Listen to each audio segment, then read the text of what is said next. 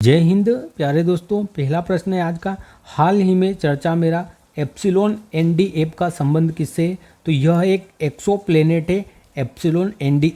Epsilon ND यह सबसे ठंडा एप्सिलॉन है, अर्थात हमारे सौरमंडल के बाहर के जो ग्रह हैं उन्हें एप्सिलॉन कहा जाता है। तो अभी खोज हुई है इसकी जेम्स वेब टेलीस्कोप से और ये सबसे ठंडा एप्सिलॉन पाया गया है अभी तक का। और यह पृथ्वी से 12 प्रकाश वर्ष की दूरी पर स्थित है।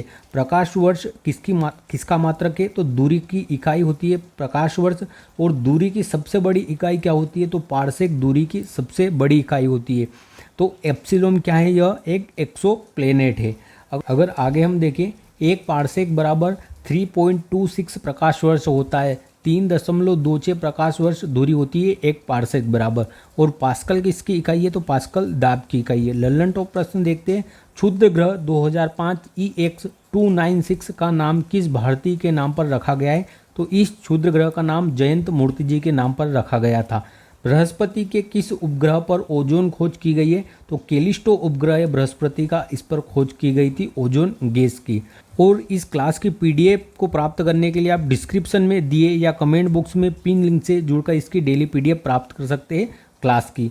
बृहस्पति का सबसे बड़ा उपग्रह कौन सा है? तो गैनीमेड इसका सबसे बड़ा उपग्रह है। और सौरमंडल का भी सबसे बड़ा उपग्रह हमारा गैनीमेड है। मैगेलन मिशन यह नासा के द्वारा लॉन्च किया गया था शुक्र ग्रह पर। शुक्र ग्रह सबसे गर्म ग्रह है शुक्र। इसे सांझ और भोर का तारा भी कहा जाता है, इवनिंग मॉर्निंग स्टार भी कहा जाता है शुक्र को। विशाल ज्वालामुखी नोक्टिक्स कहाँ पर पाया गया है? अभी तो मंगल ग्रह पर खोज हुई है विशाल ज्वालामुखी नोक्टिक्स की। भारत का एकमात्र सक्रिय ज्वालामुखी कौन सा है? तो वह बेरन है। कौन सा? बेरन ज्वालामुखी है भारत का एकमात्र सक्रिय ज्वालामुखी। और ये कहाँ पर स्थित है? अंडमान निकोबार में। और एक और प्रसुप्त ज्वालामुखी है भारत का, वह कौन सा है? नारकोंडम में। कौन सा है? नारकोंडम प्रसुप्त ज्वालामुखी है। अंडमान निकोबार की सबसे ऊंची चोटी की बात करें तो कौन सी है? तो यह है sandal peak. Sandal peak Andaman Nicobar की सबसे ऊंची चोटी है। और पोर्ट ब्लेयर इसकी राजधानी है अंडमान निकोबार की। नेक्स्ट प्रश्न है हमारा। हाल ही में विश्व अंतरिक्ष पुरस्कार के लिए किसे चुना गया है? तो चंद्रयान 3 मिशन को चुना गया है विश्व अंतरिक्ष पुरस्कार के लिए, इसकी सफलता के लिए। विश्व अंतरिक्ष पुरस्कार यह चंद्रयान 3 को दिया जाएगा, क्योंकि चांद के साउथ पोल पर सॉफ्ट लैंडिंग करने में पहला मिशन था सफल। पहला मिशन करने वाला कौन था? हमारा चंद्रयान 3 ही था। इसके लिए इसे विश्व अंतरिक्ष पुरस्कार से सम्मानित किया जाएगा। अक्टूबर 2024 में मिलान शहर, इटली के मिलान शहर में अंतरिक्ष सम्मेलन आयोजित होगा, विश्व अंतरिक्ष सम्मेलन। यहाँ पर सम्मानित किया जाएगा चंद्रयान 3 मिशन को इसकी सफलता के लिए। हमने किस रॉकेट के द्वारा लॉन्च किया था? तो LVM 3 M4 रॉकेट को लॉन्च किया था चंद्रयान 3 को। और लॉन्च करने की डेट कौन सी थी हमारी? 14 जुलाई को हमने लॉन्च किया था। और इस रॉकेट को बाहुबली रॉकेट भी कहा जाता है। आगे देखते हैं हम। 23 अगस्त 2023 को यह साउथ पोल पर सॉफ्ट लैंडिंग करने में सफल रहा था। इसके रोवर का नाम प्रज्ञान था, इसका लैंडर विक्रम था। राष्ट्रीय अंतरिक्ष दिवस कब मनाया जाता है? तो 23 अगस्त को मनाते हैं हम राष्ट्रीय अंतरिक्ष दिवस, जिस दिन साउथ पोल पर सॉफ्ट लैंडिंग करने में सफल हुआ था हमारा चंद्रयान 3। और जिस पॉइंट पर उतरा था उसे शिव शक्ति पॉइंट नाम दिया गया है। अगर हम बात करें चंद्रयान 1 की, तो इसे किसके द्वारा भेजा गया था? तो PSLV C11 के द्वारा भेजा गया था हमारा चंद्रयान 1। और जिस पॉइंट पर उतरा था उसे क्या नाम दिया था हमने? तो जवाहर पॉइंट नाम दिया था, जो चंद्रयान 1 उतरा था उसे। और जो चंद्रयान 2 गया था हमारा, और जो जिस पॉइंट पर वह क्रैश हो गया था उसे क्या नाम दिया हमने? तो तिरंगा पॉइंट नाम दिया है, जहां पर हमारा चंद्रयान 2 मिशन था यह विफल हुआ था, उस स्थान को तिरंगा पॉइंट नाम दिया गया है। और हमने मंगल मिशन भी भेजा था। हमारा मंगल मिशन किसके द्वारा भेजा गया था हमने? तो PSLV C25 के द्वारा हमने मंगल मिशन भेजा था हमारा। राजभाषा गौरव सम्मान यह विशाखापट्टनम के PSU को दिया गया है। विशाखापट्टनम के PSU को राजभाषा गौरव सम्मान। और ये इसका होस्ट करता कौन था इस सम्मान का? तो NTPC इसका होस्ट करता था। आगे हम देखते हैं राजभाषा का उल्लेख संविधान के कौन से भाग में? तो भाग 17 में हमें उल्लेख मिलता है राजभाषा का। लल्लन टॉप प्रश्न है। ओलंपिक के ऑर्डर ऑफ सम्मान से भी किसे सम्मानित किया गया है? अभिनव बिंद्रा जी को किया गया है पेरिस ओलंपिक में। और भारत को गोल्ड मेडल व्यक्तिगत दिलाने वाले पहले व्यक्ति अभिनव बिंद्रा ही थे। इन्होंने 2008 के बीजिंग ओलंपिक में पदक दिलाया था भारत को शूटिंग में। गांधी मंडेला पुरस्कार से किसे सम्मानित किया गया है? तो रिगोबर्टा मेंचो को सम्मानित किया है गांधी मंडेला पुरस्कार से। B Shantaram lifetime achievement पुरस्कार से सुबैया नल्ला मथु जी को सम्मानित किया गया है। अंतर्राष्ट्रीय बुकर पुरस्कार यह जेनी अर्पनबेक को मिला है और इनका उपन्यास है केरोस, इसके लिए इसे सम्मानित किया गया है। और प्रथम जर्मन लेखिका है जेनी अर्पनबेक अंतर्राष्ट्रीय बुकर पुरस्कार प्राप्त करने वाली। अब क्लास में अंत तक जरूर जुड़े रहिएगा। अंत में हम जनसंख्या महत्वपूर्ण टॉपिक है हर एग्जाम का, तो जनसंख्या के कुछ महत्वपूर्ण आंकड़ों के बारे में बात करेंगे हम अंतिम में। कुछ विद्यार्थियों की समस्या रहती है कि नींद के कारण हम पढ़ाई नहीं कर पाते, तो आप देखिए आपके पास समय है, अब आपको कुर्बानी तो देनी पड़ेगी, चाहे आज नींद की कुर्बानी देनी पड़े या फिर भविष्य में आपके सपनों की कुर्बानी देनी पड़े। तो आपको अपने नींद आलस्य को छोड़कर आपको एकदम मोटिवेट होकर ये जो समय है जो अभी आपको मिला है इसमें एकदम कंटिन्यू आपकी स्टडी आपको करके रखनी है, ताकि आपका जो भविष्य है आपका जीवन है वो एकदम बेहतर तरीके से निकल सके। आपको भी एक समाज में रहने की वैल्यू मिले और आपको भी फील हो कि हाँ हमारा भी कुछ ओहदा है समाज में, कुछ वैल्यू है, और कहीं भी जाओगे तो वो एक अलग ही फीलिंग रहती है सम्मान की। तो इसलिए इस समय नींद और जो भी आप समस्याएं पर्सनल उनको छोड़कर आप अपना फोकस अपनी पढ़ाई पर कीजिए। सबसे पहली प्रायोरिटी आपकी पढ़ाई है आपकी। प्रश्न पर आते हैं। अगला प्रश्न है हमारा, वर्ष 2024 में क्वाड देशों का वार्षिक नेतृत्व शिखर सम्मेलन किसकी मेजबानी में आयोजित होगा? तो क्वाड का जो सम्मेलन है यह 2024 में भारत की मेजबानी में आयोजित होने वाला है। क्वाड 4 देशों का समूह है, इसमें इंडिया, ऑस्ट्रेलिया, यूएसए और जापान शामिल है। चीन को काउंटर करने के लिए इसका गठन किया गया है क्वाड संगठन का। और इन चारों देशों के मध्य एक युद्धाभ्यास भी होता है, मालाबार युद्धाभ्यास। 2007 में क्वाड की कल्पना जापान के पूर्व प्रधानमंत्री शिंजो आबे के द्वारा की गई थी, लेकिन 2017 में इसकी स्थापना होती है। 2023 में इसका सम्मेलन जापान के हिरोशिमा शहर में हुआ था और 2024 में इसकी मेजबानी भारत करने वाला है क्वाड संगठन की। लल्लन टॉप प्रश्न है, G20 2024 G20 की अध्यक्षता कौन कर रहा है 2024 में? तो ब्राज़ील इसकी अध्यक्षता कर रहा है और 2023 में भारत ने इसकी अध्यक्षता की थी दिल्ली भारत मंडपम में। G7 की अध्यक्षता 2024 में इटली कर रहा है, इटली के पुगलिया शहर में इसका आयोजन हुआ है।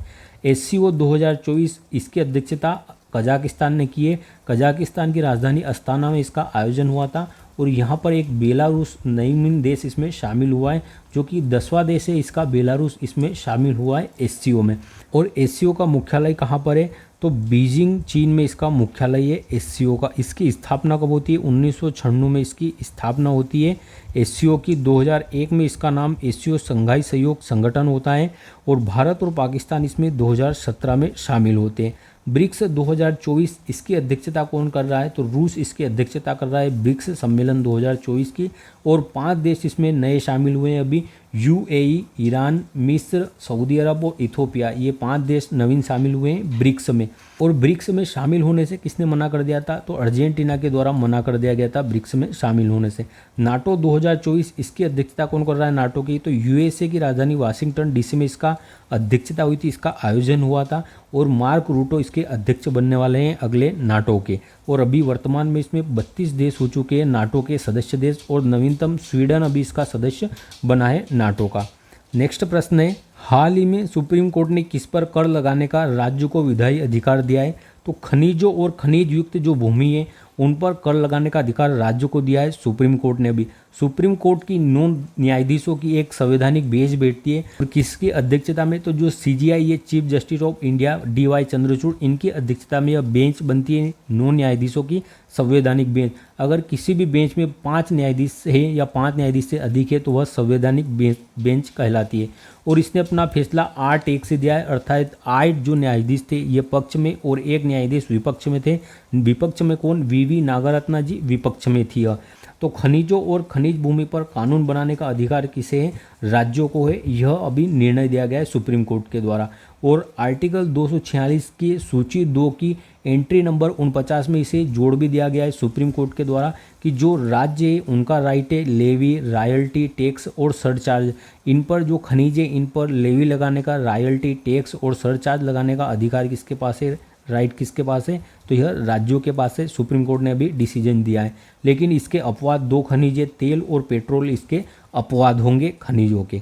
लल्लन टॉप प्रश्न है, शिक्षा वर्तमान में किस सूची का विषय है, तो वर्तमान में यह समवर्ती सूची का विषय है शिक्षा। इसे 42वें संविधान संशोधन द्वारा 1976 में राज्य सूची से समवर्ती सूची में ले जाया गया था और इसके साथ 5 विषय भी गए थे, शिक्षा, वन, नापतोल, वन्यजीव और न्याय प्रशासन। ये 5 विषय जो पहले राज्य सूची में थे, इन्हें 42वें संविधान संशोधन द्वारा समवर्ती सूची में ले जाया गया था। अनुच्छेद 249 यह राज्यसभा को विशेष शक्ति देता है कि राज्यसभा अगर चाहे तो राज्य सूची पर कानून बनाने के विषय में एक प्रस्ताव पारित करके संसद को इसकी अनुमति दे सकती है। राज्यसभा के पास आर्टिकल 249 के तहत ये विशेष शक्ति प्रदान है कि वह राज्य सूची पर संसद को कानून बनाने का अधिकार दे सकती है, लेकिन पहले राज्यसभा से प्रस्ताव पारित करना होगा। अनुसूची 7 में इसमें 3 अनुसूचियाँ है, संघ सूची, राज्य सूची और समवर्ती सूची। ये तीनों सूचियाँ अनुसूची 7 में वर्णित है। नेक्स्ट प्रश्न है, हाल ही में कारगिल विजय दिवस की 25वीं वर्षगांठ या रजत जयंती कब मनाई गई, तो 26 जुलाई को हम कारगिल विजय दिवस मनाते। कारगिल विजय दिवस 26 जुलाई को मनाया जाता है। यह स्थान लद्दाख में स्थित है और इसकी इस बार 25वीं वर्षगांठ थी। हमने 26 जुलाई 1999 को ऑपरेशन विजय के तहत कारगिल पर फतेह किया था, कारगिल पर विजय दर्ज की थी पाकिस्तान को हराकर। एयरफोर्स ने इसके लिए कौन सा ऑपरेशन चलाया था कारगिल विजय के लिए, तो ऑपरेशन सफ़ेद चलाया गया था एयरफोर्स के द्वारा। और यहाँ पर प्रधानमंत्री मोदी जी गए थे हमारे लद्दाख में कारगिल विजय दिवस के उपलक्ष्य में, तो इन्होंने यहाँ पर सिंह कुल्ला सुरंग का उद्घाटन भी किया है, अर्थात इसका विस्फोट करके इसका कार्य प्रारंभ कर दिया है। और ये लेह को जोड़ेगी सड़क मार्ग जो सिंह कुल्ला सुरंग होगी और यह भारत की सबसे ऊंची सुरंग होगी जब बनके तैयार हो जाएगी। वर्तमान में भारत की सबसे ऊंची सुरंग कौन सी है, सेला सुरंग है, जो अरुणाचल प्रदेश में प्रधानमंत्री ने कुछ दिन पहले ही इसका उद्घाटन हुआ था, सेला सुरंग का अरुणाचल प्रदेश में। इसकी लंबाई कितने किलोमीटर है, तो 4.1 किलोमीटर, 4 किलोमीटर लगभग इसकी लंबाई रहने वाली है। लल्लन टॉप प्रश्न है, ऑपरेशन इंद्रावती यह हेती से भारतीयों को निकालने के लिए चलाया गया था। Operation Indravati, operation Ganga Ukraine में, ऑपरेशन अजय इजराइल में, ऑपरेशन कैक्टस मालदीव में चलाया था यह यहाँ पर तख्तापलट को रोकने के लिए। ऑपरेशन मेघदूत सियाचिन विजय, ऑपरेशन कावेरी सूडान में चलाया गया था। ऑपरेशन करुणा म्यांमार में चलाया गया था। और ऑपरेशन दोस्ती हमने कहाँ चलाया था, तो ये तुर्की और सीरिया में जो अभी भूकंप आया था उसमें राहत कार्य के लिए चलाया था भारत ने ऑपरेशन दोस्ती। नेक्स्ट प्रश्न है, हाल ही में भुगतान ऐप बाबी पे और MDG नेक्स्ट का अनावरण किसने किया है, तो यह बैंक ऑफ बड़ौदा के द्वारा किया गया है। बैंक ऑफ बड़ौदा के द्वारा 3 चीज़ें लॉन्च की गई अभी। एक VRM लॉन्च किया गया है, यह वर्चुअल रिलेशनशिप मैनेजर है, अर्थात एक चैटबॉट है, इससे आप वर्चुअली बात कर सकते हो। वर्चुअल रिलेशनशिप मैनेजर है, इससे बैंक के उत्पाद से संबंधित जानकारी आप ले सकते हैं। और 2 एप्लीकेशन लॉन्च किए, बाबी पे और MDG नेक्स्ट, यह भुगतान एप्लीकेशन है दोनों, और इन तीनों को लॉन्च किया गया है बैंक ऑफ बड़ौदा के द्वारा। VRM जो वर्चुअल रिलेशनशिप मैनेजर है, बाबी पे और MDG नेक्स्ट यह भुगतान ऐप है दोनों, ये सब लॉन्च किए बैंक ऑफ बड़ौदा के द्वारा। लक्षद्वीप में ब्रांच खोलने वाला फर्स्ट निजी बैंक कौन सा है, HDFC बैंक है। प्राइवेट सबसे बड़ा बैंक भी कौन सा है, यह HDFC बैंक की है। लल्लन टॉप प्रश्न है, स्कोर 2.0 यह किसने लॉन्च किया है, तो सेबी के द्वारा लॉन्च किया गया था अपने निवेशकों की सहायता के लिए। और सारथी 2.0 ऐप यह भी सेबी के द्वारा लॉन्च किया गया था। प्रवाह पोर्टल यह RBI के द्वारा लॉन्च किया गया है, प्रवाह पोर्टल। किंतु प्रवाह सॉफ्टवेयर कुछ दिन पहले इसरो के द्वारा भी लॉन्च किया गया था, प्रवाह सॉफ्टवेयर, और प्रवाह पोर्टल RBI ने लॉन्च किया है। सक्षम पोर्टल इनकोर ऐप, सक्षम पोर्टल इनकोर और CVGIL ऐप ये इलेक्शन कमीशन द्वारा लॉन्च किए गए थे, तीनों हमारे मुख्य निर्वाचन आयोग के द्वारा। सखी ऐप, इसे गगनयान मिशन जो हमारा जाएगा मानव अंतरिक्ष में, मानव मिशन अंतरिक्ष यात्रियों की सहायता के लिए सखी ऐप का विकास किया गया है। संकलन ऐप यह राष्ट्रीय जांच एजेंसी के लिए गृह मंत्रालय द्वारा लॉन्च किया गया था, अमित शाह द्वारा संकलन ऐप को। स्वाति पोर्टल स्टेम अर्थात साइंस, टेक्नोलॉजी, इंजीनियरिंग और मैथमेटिक्स क्षेत्र में महिलाओं के योगदान को बढ़ाने के लिए स्वाति पोर्टल लॉन्च किया गया था।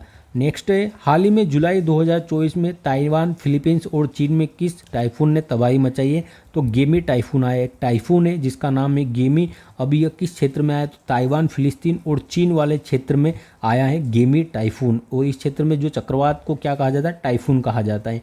ताइवान किस द्वीप पर स्थित है, तो यह फार्मोसा द्वीप पर स्थित है। फिलीपींस की राजधानी जो मनीला है यह लुजोन द्वीप पर स्थित है। और जो मनीला राजधानी है फिलीपींस की, यहीं पर अंतर्राष्ट्रीय चावल अनुसंधान केंद्र स्थित है। और रेमन मैग्सेसे पुरस्कार भी यहीं पर दिया जाता है मनीला में। और चीन, फिलीपींस और ताइवान में एक चक्रवात आया है जिसे टाइफून कहते हैं। यहाँ पर क्या नाम है उसका, गेमी। लल्लन टॉप प्रश्न है, रेमल चक्रवात यह अभी हाल ही में आया था बंगाल की खाड़ी में, उसका नामकरण किसने किया था, ओमान के द्वारा किया गया था। अलवारो चक्रवात यह 2024 का पहला चक्रवात था और इसने मेडागास्कर को प्रभावित किया था, जो इंडियन ओशन हिंद महासागर उसका सबसे बड़ा द्वीप भी है मेडागास्कर।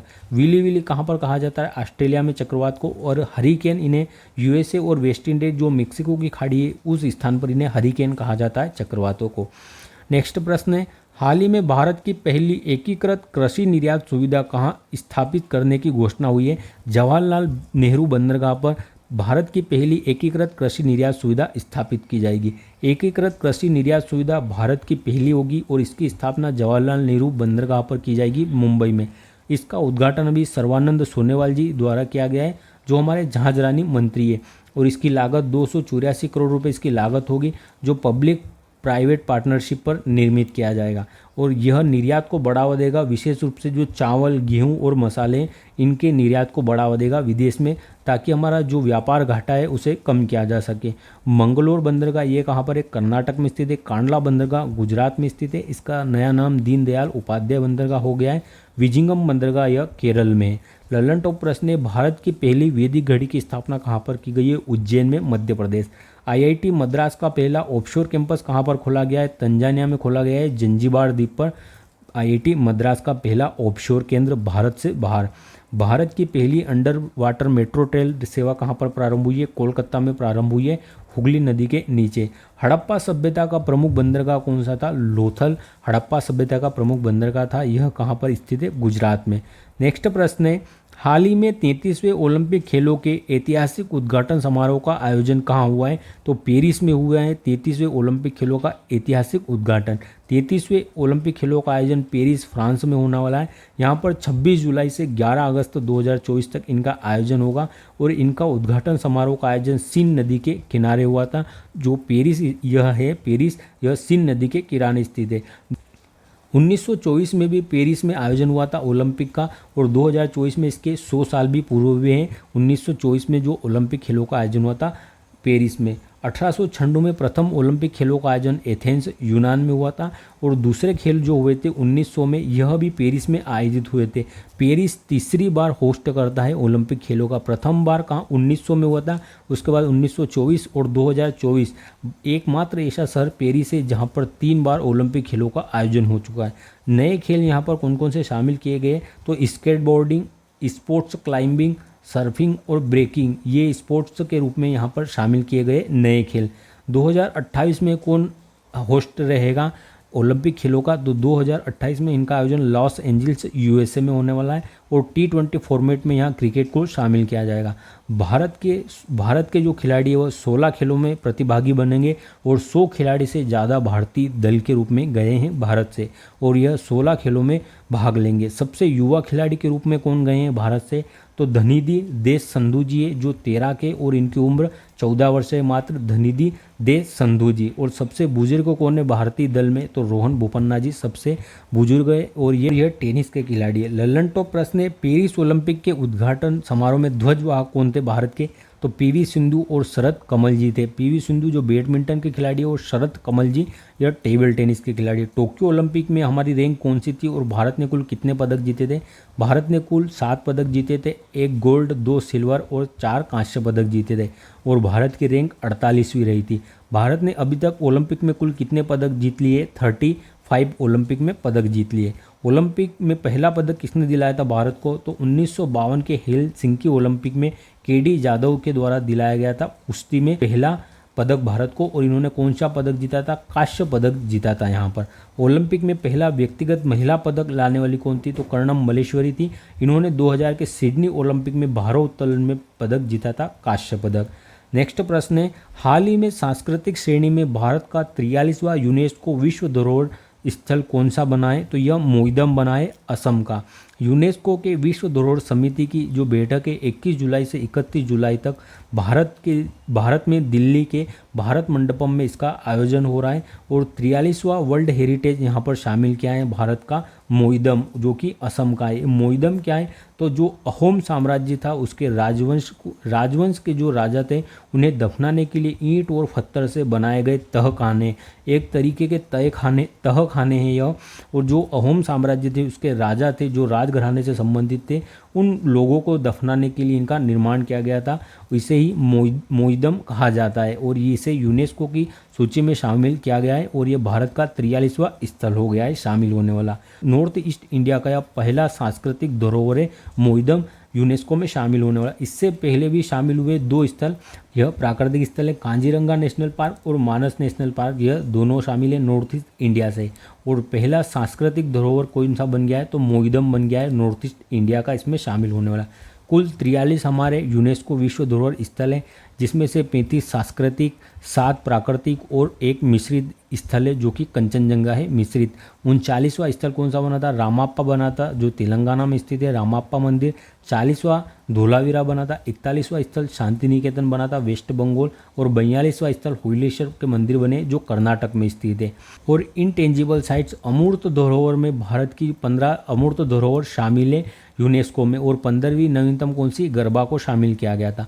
यूनेस्को में शामिल साहित्य शहर कौन सा है? भारत का कोझिकोड है। शिल्प शहर श्रीनगर है और संगीत शहर ग्वालियर है जो यूनेस्को के सूची में शामिल है। अब हम जनगणना से संबंधित महत्वपूर्ण आंकड़े देखेंगे। 2011 की जनगणना, जो लेटेस्ट जनगणना है 2011 की, उसके संबंधित। जनगणना किसका विषय है? सबसे पहले ये संघ सूची का विषय है। 1872 में लॉर्ड मेयो के काल में पहली बार जनगणना हुई थी भारत में, लेकिन दशकीय आधार पर और वैज्ञानिक आधार पर पहली बार जनगणना भारत में 1881 में हुई थी लॉर्ड रिपन के काल में। 2011 की जनगणना का ध्येय वाक्य क्या है? तो हमारी जनगणना हमारा भविष्य, इसका ध्येय वाक्य था। सी चंद्रमौली जनगणना आयुक्त थे हमारे 2011 की जनगणना के। 10 की जनगणना की शुरुआत कब होती है? 1881 में होती है, लॉर्ड रिपन के समय से हमने अभी देखा है। सर्वाधिक लिंगानुपात किस राज्य का है? तो केरल का सर्वाधिक लिंगानुपात है 2011 की जनगणना के अनुसार। और न्यूनतम लिंगानुपात हरियाणा का है।